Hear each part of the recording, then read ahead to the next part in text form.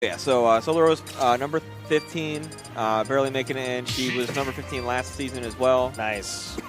So very consistent. Big Mac, probably one of our more known players. He's been around since like the early Smash 4 days, back when Sheik was, a much better character. I love the lore. Big Mac, I mean, obviously, this is also a mirror match, kind of. Like Sheik versus Zelda. True. But Big Mac, I mean, he got, I believe, 3rd place at Combo Breaker last year, so definitely no slouch. Okay, cool. It's going to be a lot of patience. It's going to be, I mean, because Big Mac knows that he needs to be, he can't just go in all the time. When he'll pick his spots. Phantom's going to be very big in this matchup, obviously. Yeah, matchup alone, this is very different than like what we were just talking about, Sheik versus like a Sortie, where you can just play aggressive all the time, and as long as you get your opponent off stage, you're fine. But this is not that at all. Like theoretically, you should want to stay on top of Zelda at all times, but it's way easier said than done with Phantom Slash. And I mean, it's also one of those things where, I mean, Big Mac has phases throughout his career where he's either, not wanted to camp too much, just wants to go in. He's at this point accepted that some matchups you just kind of have to needle and just accept it and just rack up that damage, get that forward tilt kill percent. Ooh, great get up attack, Big Mac. Good choice. Solar, sadly, that up B not quite good. That up air gonna take it. So nice. So the falling up air. That, I guess, is another thing that kind of plagues Sheik here. Sheik has a deceptively slow airspeed, which means that Zelda gets to cover a lot. Not only with Phantom Slash, not being able to get around it very easily as Sheik, but also like on falling options, the up air is so wide. It just covers so much. And honestly, one of her better moves to just kind of throw out that up air. Because it leads to multiple, like there was a 50-50 right there. If you air dodge, you're going to take a lot of damage. You don't air dodge, you take a lot of damage. But getting the diamond cutter.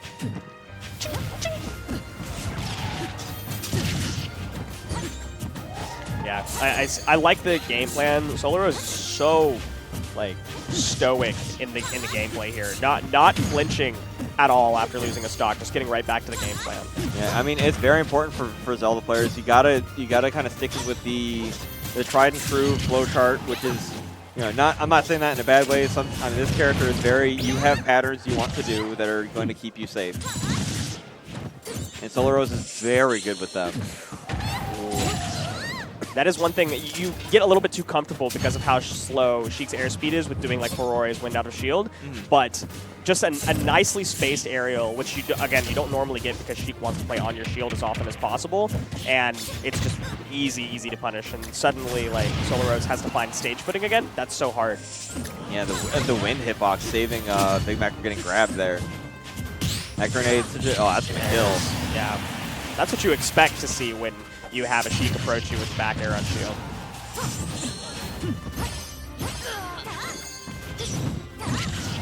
I know Solarose was talking about how, she stepped off the commentary for a set or two.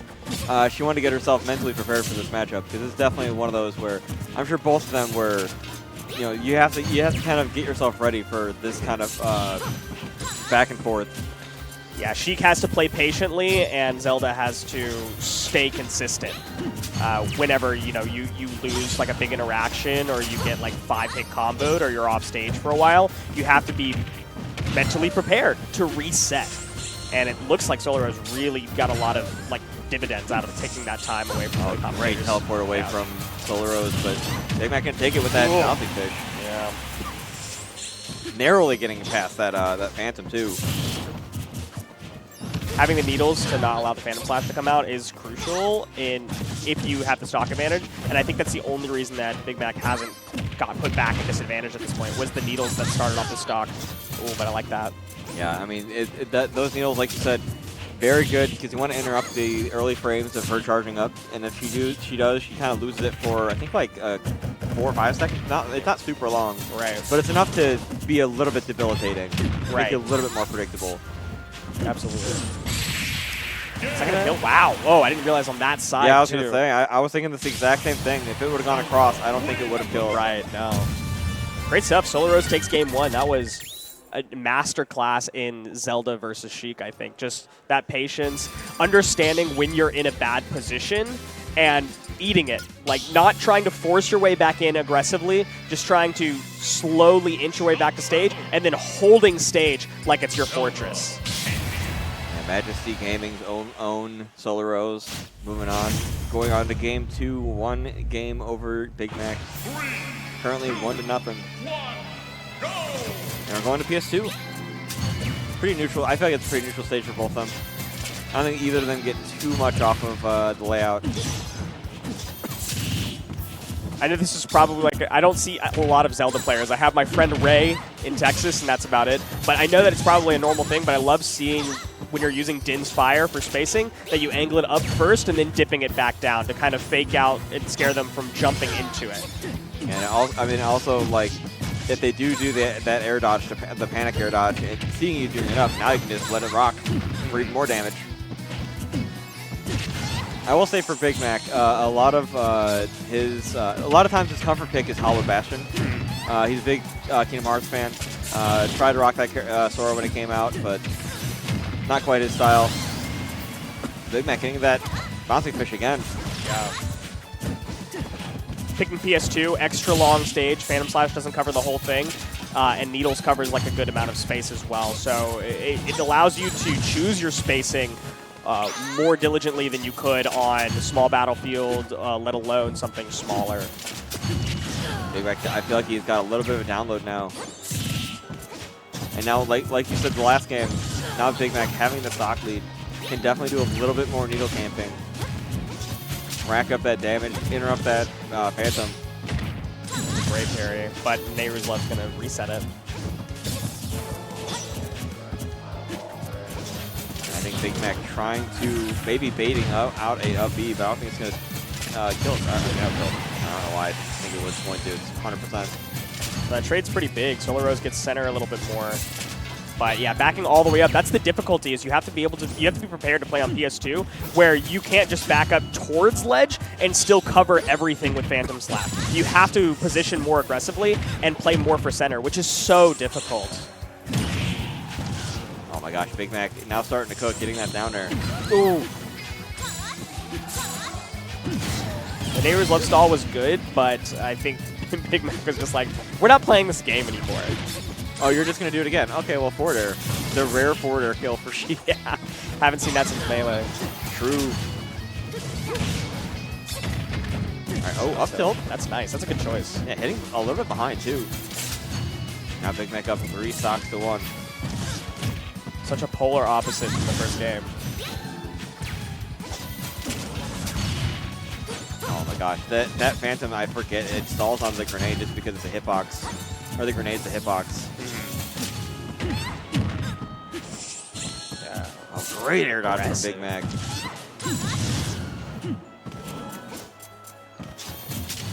And yeah, it looks like this counter pick's working out very well for Big Mac. Yeah. Not giving, like you said, Solarose not being able to control space like he wants to. Yeah, getting a little bit too afraid, then backing up too far instead of playing like just under the platform. Sheik does not have the best options to approach you from above the platforms, besides Needles. Forward throw. All right, Solarose DIing out, not getting any good. Oh, that's barely getting that. Crazy. I think Solarose even DI'd out there, like preparing to Ferrari's win, like back at that position. But I cannot believe that still hit. That was crazy. Yeah, I think Big Mac must have like perfectly because that hit like the very last needle. Yeah, covering his options there. There we go. We got the Hollow Bastion. So okay, I would assume he probably doesn't want to go here just because it is a little bit of a smaller stage. But we like some Hollow Bastion, and of course we've got the swing music. Because for those of you who are new to the area, I actually always bring the Melody of Memories or whatever, the Kingdom Hearts game that has that song. I always have the physical version of it. So if anyone wants to come to Ignition and get that for free, just come to Ignition. We'll put that game on your Switch. You can just have this song for free. That's awesome. So, before we get too much into the gameplay, I have to imagine that the bands were Smashville, Small Battlefield, and like, I don't even know what, that you would leave Hollow Bastion up. FD maybe? Yeah, I guess FD, that makes sense. Because Kalos, maybe? Would you ban Kalos here? That's difficult too. It is. Well, because also it does mean it's a longer stage still for Big Mac. Yeah. So actually, I think it was FD Kalos Smashville, if I had to guess. It's probably a good guess. I mean, it is very even right now. Big Mac winding up making it back. Yeah, Big Mac learned some, right, from game 2, how to play aggressively here, but Solarose definitely in her element of being on a stage where you can comfortably just play your very straightforward game plan. As soon as you want to get out of neutral, you back up to the ledge or just to the edge of the platform and cover everything with Phantom Slash. And if you're just a little bit further away, Din's Fire, and then forcing Big Mac to either space perfectly when going in aggressively as Sheik or eat a Furore's win. And you even saw there a little bit, about a minute ago, Big Mac actually tilting his shield up. He's very good at that. He always has a mentality of, he kind of had to do that in Smash 4, where had she done neutral air without him tilting up, he would have gotten out poked. Shield tilting very important in this matchup, in my opinion.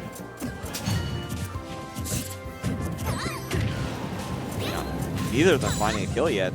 No, but I do like that Big Mac's playing patiently, not over-aggressing and giving Solarose stage, looking for your opening with the needles and bouncing fish. That's definitely the best way to play here.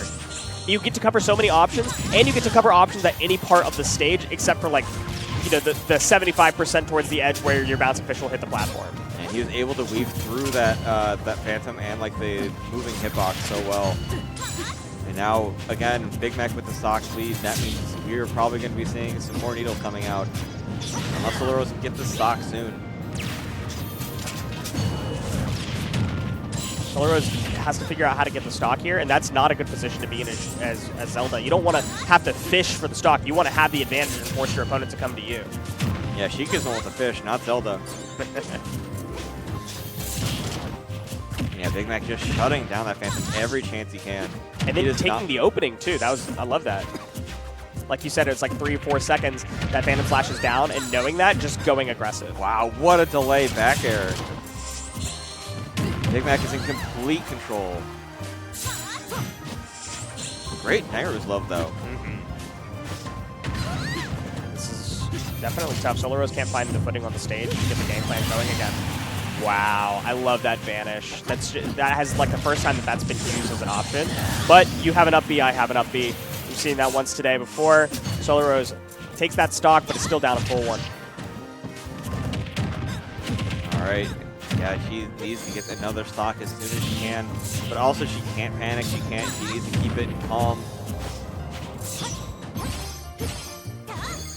Rocking her own headphones, so she's at least mentally prepared. Oh, that's neat. Oh, unfortunately, getting the grabs, not getting the Phantom hit.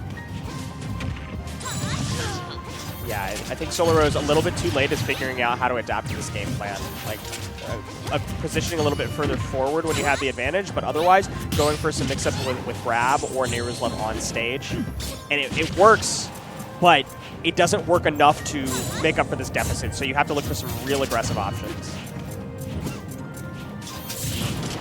Yeah, Big Mac is still just shutting down every Phantom. Yeah. She's not willing to go for the aggressive options here, understandably, because you can just get hard punished, as we saw before with a couple of Miss Furore's wins.